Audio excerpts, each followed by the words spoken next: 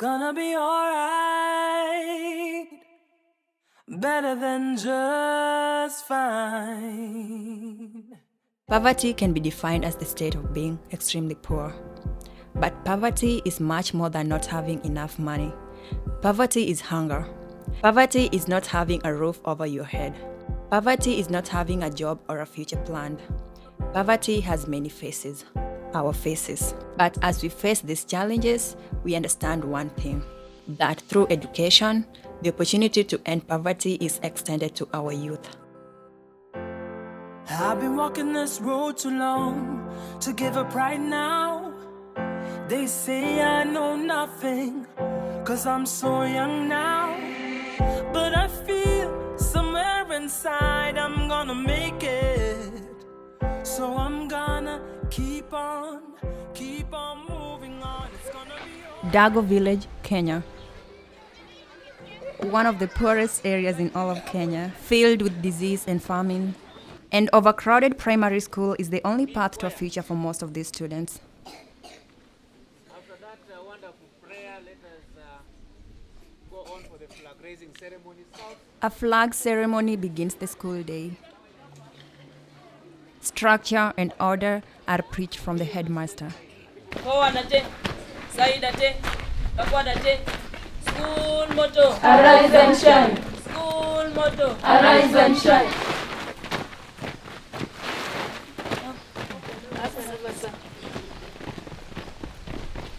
Hold on, Scout promise. On my honor, I promise that I will do my best to do my duty, to God and to my country, to help other people at all time and obey the Scout laws. Dismiss. Songs and prayers take us into the school day, where we pack hundreds of students into mud huts to begin their learning.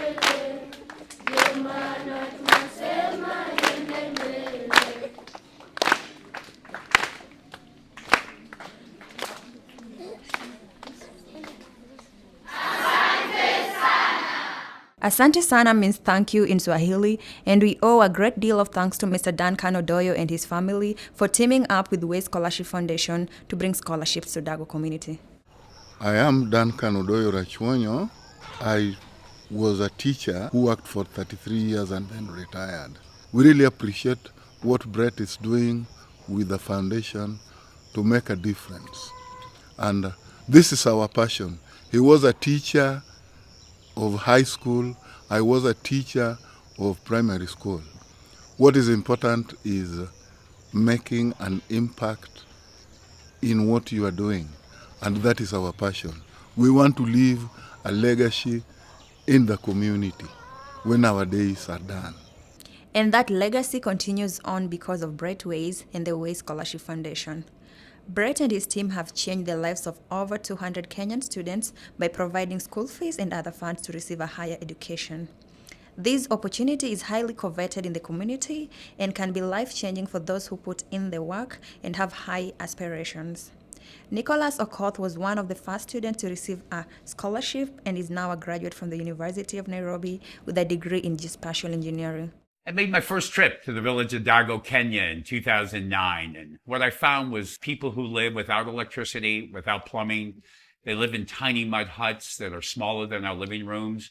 Usually anywhere from 5 to 15 people will live in a mud hut. Part of that is because AIDS has devastated that part of the world. Very rare for a child to have both parents. Many don't have either, and they live with a grandmother or an aunt. Most kids quit school about 4th grade. Very few made it to 8th grade, and that's because the government doesn't pay for high school, so they would quit school, try to get a job working in the fields where maybe they can make $1 a day. We very much want the children in our program to know that we are invested in them. We care about them, and we're going to work with them at every step of the way to make sure they are a great success. Brett travels to Kenya as much as he can to spend time with his students and make sure that they're in their paths of success. Having graduated, it's been a journey which was enabled by the Way Scholarship Foundation. And, I was one of the first beneficiaries, and it was really a game changer. It's not every day that you see a kid from a little village go through high school and make it to university. So it was a great opportunity. I had problems like fees.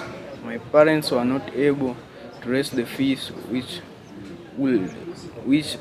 I will use to study. Actually, when I grew up in Dago, life was not that easy. Before I met my current sponsors, having not met them before, I had no hopes of joining high school. But the moment I met the Way Scholarship Foundation, I was now enlightened, and today I'm in high school, proud there because of them. Were it not for their help, I'll not have made it to this level. Because back the situation around Dago is not that good. Because people really struggle. The life situation is not that good since we are in a third world country.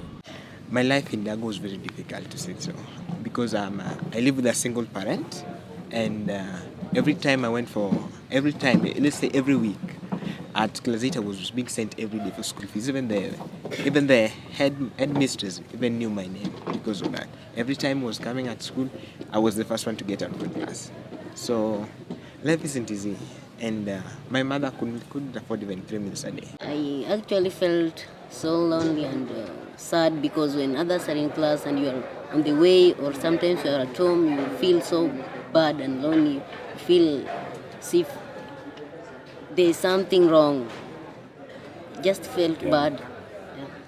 Yeah, so Brett and I had the opportunity to travel here in 2017, and one of the things I really was so proud of him of was kind of what I would call living the experience.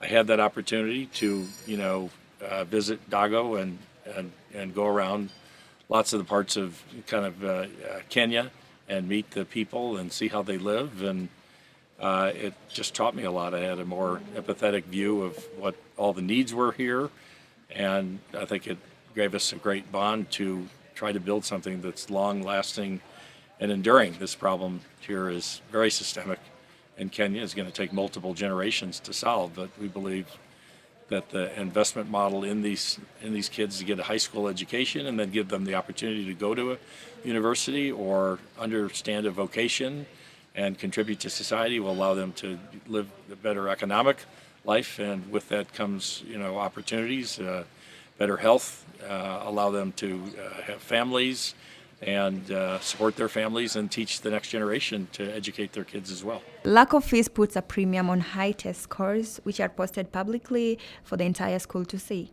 Although boys generally tend to score higher than girls, Brett and his team make sure scholarships are divided evenly between the genders. A key rule of our program right since the beginning is that all of our money gets divided equally between boys and girls. And that is really crucial because while this is a tough life for all children, it is a brutal life for girls in all kinds of horrible ways.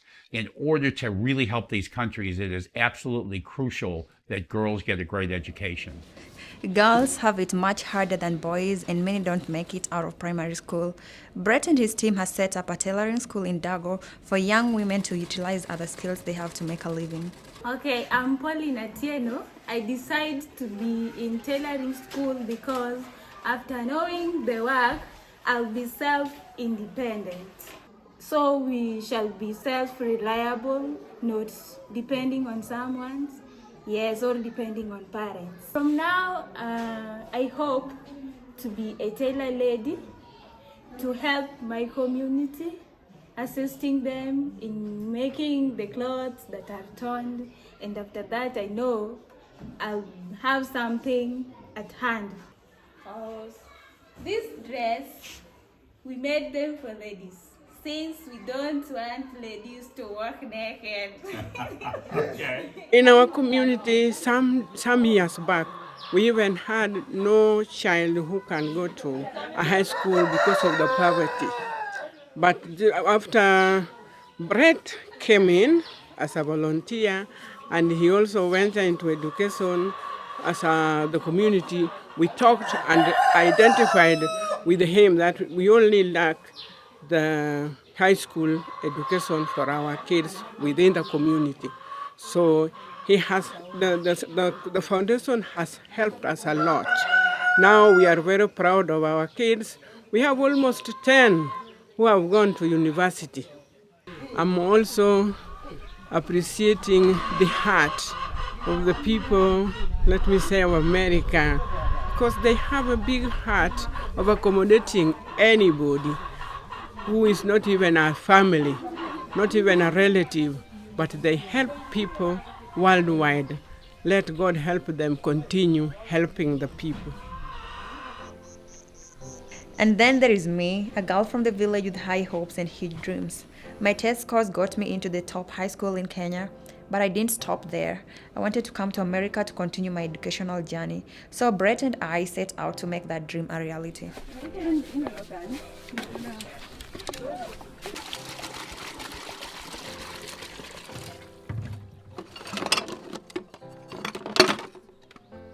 I'm Chrisine Akoth.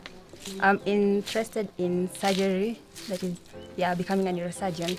I'm just excited about just the whole thing, the whole traveling experience, like going to the US, interacting with the people, seeing a new environment and just meeting the whites, So I'm just interested just in learning more about those people.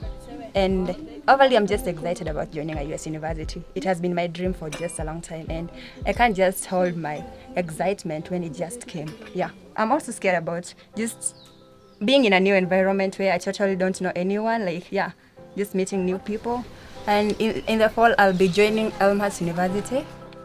Little did I know how life-changing this journey would be. They say you don't understand what it takes to make a star shine. They say you don't understand how the game's played.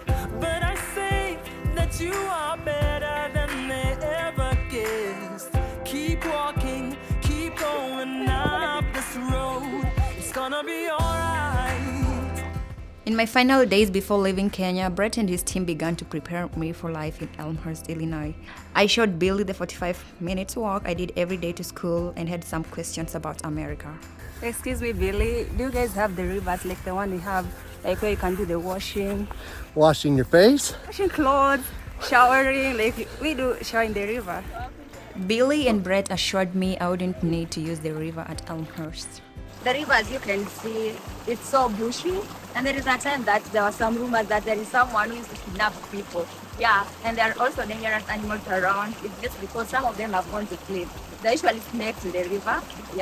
So let's say that if the water overflows, you have to cross through the water, like you went through the water so as to cross the other side. And you might find some of the animals hiding inside the water, and that's a risk process.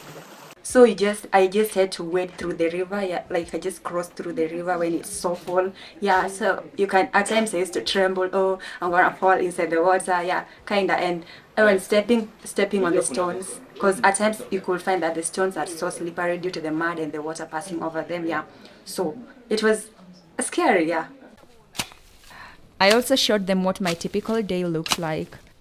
Maize is important to the country of Kenya because it's their staple food. It's used for making ugali. The ugali is so tasty and it's so nice.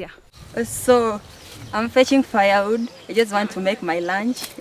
So it takes a lot to get the firewood so as to prepare a meal. We don't have the gas for cooking. We don't have the charcoal. You just have to depend on the firewood. Cooking for families of 6 to 10 people with minimal resources is tough, but the only way to survive.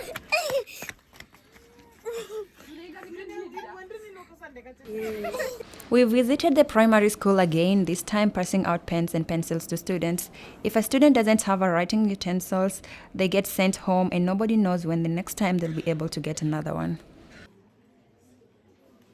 Brett, Duncan and I explained to the parents the importance of the scholarship and high test scores. US culture. Puro amor kabisa. First of all, they should have hope in everything that they do, and the second thing, to the community, is that they should be willing to support the children in everything that they do. They just need to motivate their children in what they are doing. Even if the children fails, if their children fail, they don't need to tell them those bad words. They just need to encourage them in everything that they do. Christine is my relative. By the time he's coming to this school very early in the morning, she's just passing next to our home. And I'm urging her to work hard so that he can get something in the future. But that future opportunity I've seen from her, I just appreciate that point. Let me tell you, you have done it, and God will give it to you back again. Because once you've done it, we are very much happy. My heart is really flying to give you thanks from God. You've done it better. And we are asking Chrisine, yes. We are going to America. And by the time I started here, we just clapped. We are going to? Yes. Let it not be from you only. Once you go there, you also remember the hand you passed from. You also help other people. It is not from the Wazungu only. Even you can get something better from America, and you can come back and help, and you start your education, and you help others from this point. Mr. Brett, may God bless you. Thank you very much. Hey, may God bless you. A celebration was thrown as a parting gift for me and Brett's team. I'm very grateful for the support from the Dago community. Fun fact, they even learned Christmas songs to sing to Brett and Billy, even though we don't celebrate Christmas.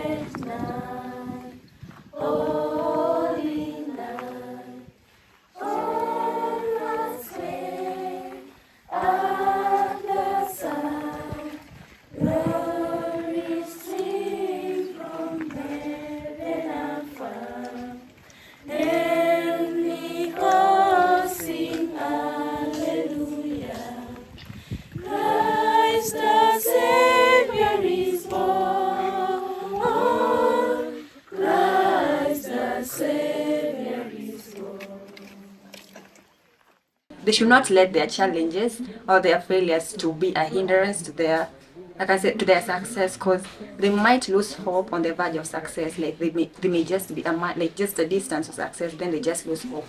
So what I can just tell them is not to lose hope through the challenges. They just look a way of passing through the challenges. And above all, they need to have determination in everything that they do. If you're determined to do something, even though you have the challenges, you just know, actually, at the end of it all, I'll succeed. So I just want to tell them to have that determination in everything that they do. The Jane Adeng Memorial School hosts over 30 Dago girls at their private high school. To most Kenyans, this opportunity is a dream. The girls are fed 3 meals a day, even though it may be the same meal every day. They have one clean water tank, which is a step up from where they came from.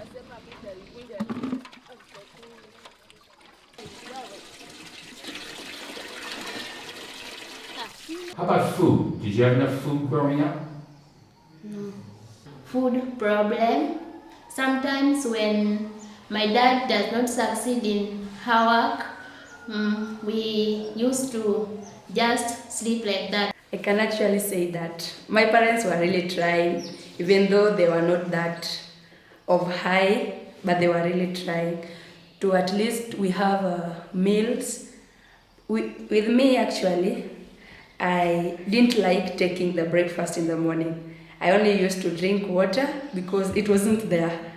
It wasn't there. So you just drink water, you go to school, you wait for lunch from 7 to around, we were going for lunch 6:45, and then you wait for lunch, you go back at home, sometimes you get your mom is not around. Okay, in primary school, sometimes you could go without food, but you have to bear the challenge. These girls like me have the opportunity to succeed, and they're taking it in stride, studying 12 hours a day in hopes of bettering their lives. So if it is extremely negligible, then we say it doesn't have a mass number now. I guess that. So what does that one makes them? If they travel very fast as compared to what? They are not emitted on their own.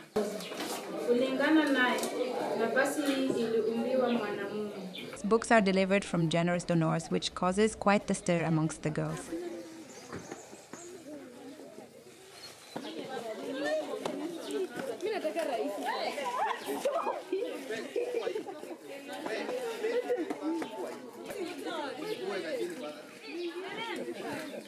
They get very excited when Brett's Dago team visits and provides guidance and support to them.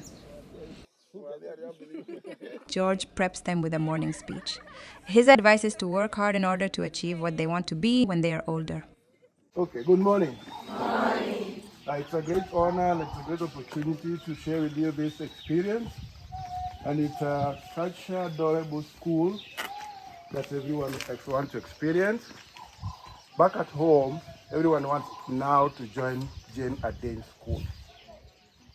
So I know the number will keep growing every day, every year, and they're going to experience a lot of our village girls. I want to be a doctor. That's always my dream. I've always wished to be a flying doctor. Yes, working with the Amref flying doctor. I want to be a nurse because I want to be a nurse dealing with women when they're in labor, because women really suffer when they are in labor pain, and due to here in Kenya, our doctors and nurses really they don't like dealing with women. They fear that women are so they are making noise, something like that. Okay. And I like to help women, because women, they give birth to children, and when we don't take care of those children, we will not have the next generation. I want to pave the way for the next generation.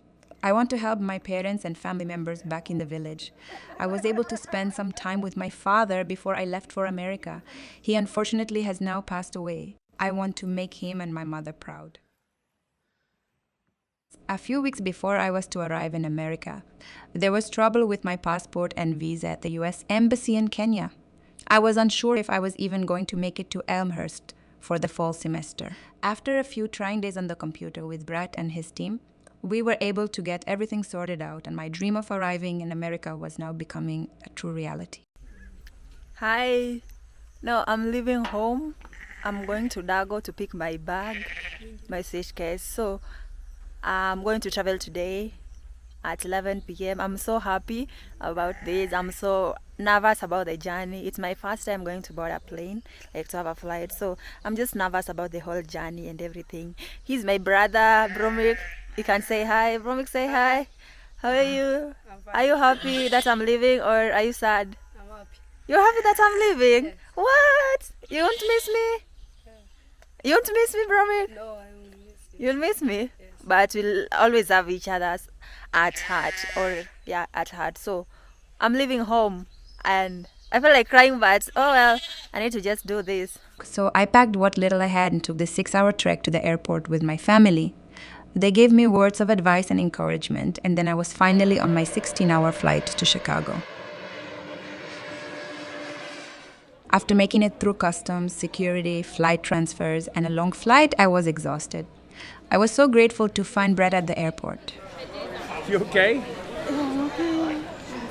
We've been waiting by the other door because they told us you're going to be at the other door. Billy brought me some sunglasses, and I was ready to take on Chicago. You're like a Hollywood movie star, Chrisine. We took escalators, elevators, trains, and moving walkways, which were all new to me. Right, so you had pasta, and what about on the first flight? This is the lift. Yeah. They don't say lift in the United States, because lift is very British. We finally made it to the car and were off to Elmhurst University. My main question to Brett while driving to Elmhurst was, where are all the people walking? In Kenya, only a few people have cars and everyone mostly walks because they cannot afford public transportation. In America, it was the complete opposite. I arrived at Elmhurst nervous but excited to start my journey. We headed to security to start the check-in process. You should explain, introduce yourself, and you're here, you're an international student. coming here on campus. I was able to connect with some family and friends to tell them I was safe. Oh, you so happy? Yeah. And then it was time to do the paperwork. Brett taught me that I should read everything first in America before signing. So I sign here. Yeah, did you read this? They took my ID picture and gave me a key card to get into my dorm. I met the residence life team at Elmhurst, and they were so warm and helpful throughout the process. Brett and Billy walked me through door locks, washing machines, trash disposal, vending machines, and water fountains, which were all brand new to me. A little more. You got no. More. Pull it towards you. Yeah. There you go. Then I just put my Then you put your mouth in. Or you can bring your water bottle that you have in there. Isn't this a what? Oh, it's cold. She isn't used to cold water.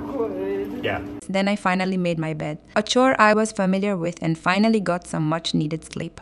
You get a good night's You sleep? made it? Yeah, sure. Yeah, sure. My new Elmhurst friends showed me around the cafeteria, which was a brand new concept to me.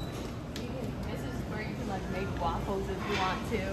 That kind of thing. Do you know what a waffle is? I was gonna say. My first initial thought was that Americans have too many choices. These are cornflakes, but they have lots of sugar on them. George would love them. After eating breakfast, I signed up for my classes with a helpful aide at Elmhurst. We then realized that I would need a laptop for class. 15.6-inch laptop, has a touchscreen built into it, then it also folds, so you can do the two in one. Oh, nice. Okay, so it's like a tablet and a Which is computer. really nice. And We then did what Americans like to call a target run. I was a bit overwhelmed, but let's just say I left with a haul. See these doors automatically open? There's a motion detector. It senses the motion. Watch now, this will open up too. Watch. You ever seen that before? I then headed to orientation, where I would meet a lot of new people also ready to embark on their journey at Elmhurst University. First, I can say I'm happy about like being here in America. It's so nice. I love the environment, everything. I just love everything here. The people are so kind, and yeah, I can't complain about anything except the food. I really miss the Kenyan dishes and stuff. The food here is okay. It contains so much flavor, yeah. Unlike in Kenya where the food is kind of plain. See if you like sour cream. It's a different kind of taste. Nope. The look on her face. That's right. See, you're learning. I don't like sour cream either. I'm personally homesick, but yeah, I've made some friends who are actually helping me to cope up with the situation of being homesick, yeah. Well, I had just a little bit of an impression of Christine that was told to me right before she arrived, like a day or two before she arrived. I'd heard about her coming and what have you, but I think some of my impressions were I knew she was coming from Kenya, I knew she was coming from a very rural, poor village. And so my children had done a project in Uganda in a village like that, and so I kind of had some of that type of imagery. But then when you meet the person, and when I got to meet Christine, I saw this brave young woman who was taking on this adventure that you'd have to be nervous at that time. You know, you were leaving your family in a very different culture. Mm-hmm. I remember specifically you talking about having to adjust to the food. That was one of the things, and I thought, well, there's something we could do about that. But I think even a little bit beyond that, Elmhurst University prides itself in first-generation college students having opportunities. And I'm one of these people who believes that the condition under which you were born doesn't dictate where you go with your life. You were having to go through some adjustments, but you have a certain confidence about you, and so you I knew like it's going to be okay. Let me say, before I got over here, the impressions I had like of the professors and the presidents, of the Kenyan university schools, it was really awkward because in Kenya, I don't know, it's just like they kind of make us kind of fear these leaders, It's so hard for someone to just literally meet the president in the school. You can't even take like the 4 years in the university without meeting the president. You can only meet him, or meet them when you have like some fees to pay or you've been summoned by him, but then just meeting him along the way, it's so hard, yeah. And also the professors, people were so hard like to get, to talk to them, it's just so hard. So I had like that feeling when I was coming over here. I knew I would never meet the president. It was going to be hard for me to just talk to my professors and everything. But then when I came over here, that kind of changed. It changed so much. The president is just someone who's so awesome. I can say so. Yeah, he says hi to me when I'm walking around. He's someone who is so it's easy to confront him. You can tell him anything, and he's always there to help. I can say that. And also the professors, they're really nice people. I like all my professors. They always there, you know. You send them like mail, they respond to you within 20 minutes, you know. Like today I just sent like my professor a mail, and they responded to me within 2 minutes. I was like, wow, were they expecting this? And I really like that compared to home. You could send an email and they'll respond to you maybe after 1 month, or they just don't respond. Yeah. So I really like that. And yeah, I just like the Elmhurst environment. People are so friendly. Yeah, I came here. I'm from a very, you know, this rural area, an area which is not developed. So I had not used most of the electricals, you know, things like the microwave, the refrigerator, and some lighting system. I never knew how to operate like so many things over here, using my card to access like the rooms over here. So when I met people over here, they were more willing to just show me how these things are being done. And I really appreciate that. I am determined to make a good impression in my freshman year courses. I especially like my chemistry class and feel I excel in this area. Between my hard work ethic and the help of Elmhurst University, I am hopeful to break into the medical field in America. The valency of carbon. Which is what? 4. Yeah. Minus the half of the bonding electrons, which is 4? Well, carbon's making a total of 4 bonds here, right? Yeah. Double bond into single bonds? Sure. So how many electrons is that? 8. And so half of that is? 4. Right, so you minus 4. Then minus the non-bonding electron, which is 1. Which is 0, right? 0? Yeah, 0. Yeah, there are no non-bonding electrons here. So carbon then has a net charge of 0 in this case, right? Sure. So during our first week of class, we all introduce ourselves, and I'm always really interested in finding out where students are from. And I was asking some of our international students to talk a little bit about their politics back at home. And Christine was so on point talking about Kenyan politics, talking about their electoral system, which then led into a whole other discussion with the class, and she was engaging with our international student from Greece, and just having Christine in class adds so much to our discussions. One of my favorite projects was the service learning assignment. I knew I wanted to donate my time to helping a food pantry because even in America there are people who are hungry, and I thought this was a perfect way to give back to a community in need. I'm here at the Hanover Township Food Pantry, and I'm privileged today to just help these people pack the food, you know, for the people. I'm still shocked at the amount of grocery stock Americans have to choose from. Applesauce? I'm asking, like, why do Americans use so many flavors, like, in seasoning their foods? Like, they have so many things to make their food. Like, why? So many options. Yeah, so many options. I mean, That's a good question, because we're spoiled. I knew. I saw that coming. We're about to go to a sub sandwich place. Have you ever had ham before? No, I'm just wondering, like, what's a ham is? How about roast beef? Do you know what roast beef is? A roast beef? Yeah. Yeah, like beef which is roasted? Yeah, but it's and then it's cold, like a cold cut sandwich. You ever heard of that? No. I look like someone who's catching chicken. You know the way you slaughter chicken? Mm-hmm. Yeah. We should like take the chicken, then you lay it down, you know, like on its back. Then you step on the legs, then you grab the neck, you pull off the feathers like from the neck, you know, then you just with a knife. And the chicken will start doing pop, pop, pop. It will just want to fly away. And my mom will be like, Kristen, if the chicken flies away, I'm gonna beat you. So I'll be using like my foot, everything like on the chicken, you know. Stop. All right, take a bite. Really? That was a good story. Yeah. And my sister, like, she can't, like, if she sees someone slaughtering like chicken, she won't eat that chicken. She's like, I'm not gonna eat it. If you want her like to eat chicken, you must like slaughter the chicken, cook it when she's not available, like when she's not there. But when she's there, she's not gonna take it. Yeah. Needless to say, the sub was delicious. So I think like the food, which is so greasy, it's making like my face like to just breakout, you know, like this. Yeah, the pimples and stuff. Do you not usually have that? No, when I came over here, I had like this smooth skin. I was so smooth, so smooth. You won't gain weight because it's the same food, you know. You're not getting like varieties. But here, I'm gaining weight. My stomach is big.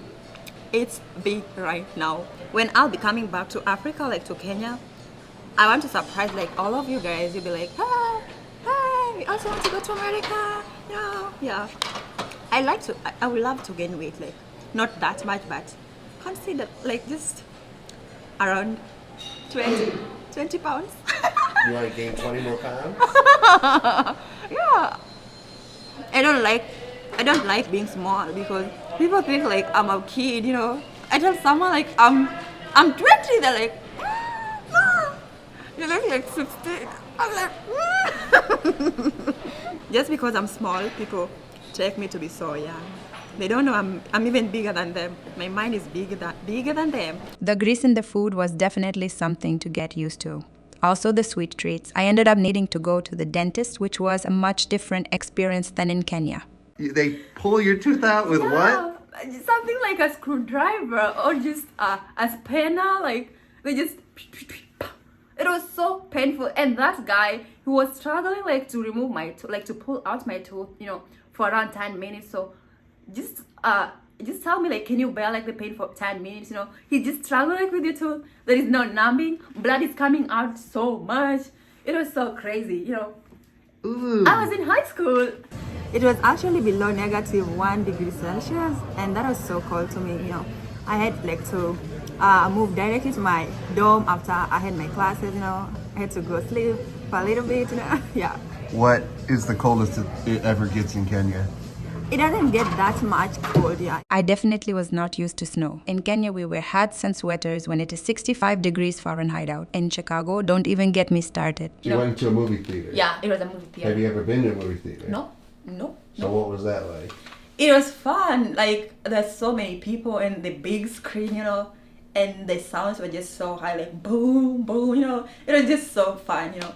And I thought like I would sleep there because it was supposed to start like at 9, but it started like kind of late at 9:40. I don't know what was happening, and it went all the way up to around 12:30, 12:40 and stuff, you know.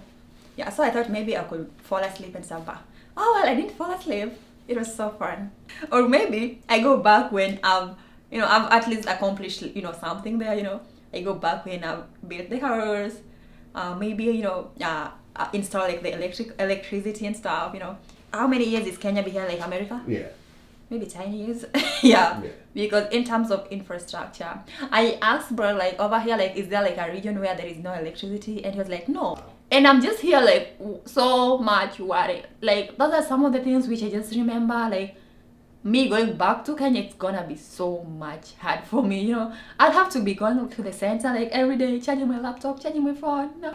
So it's just going to be like so much hard for me to just start that life again. My ultimate goal is to travel freely between Kenya and America, helping both communities in need. I miss my family and friends back in Kenya, but I'm grateful for the opportunity that I worked so hard for throughout my childhood. I am thankful for the new friendships I have created, and am determined to prove that I am the girl from the village who succeeded.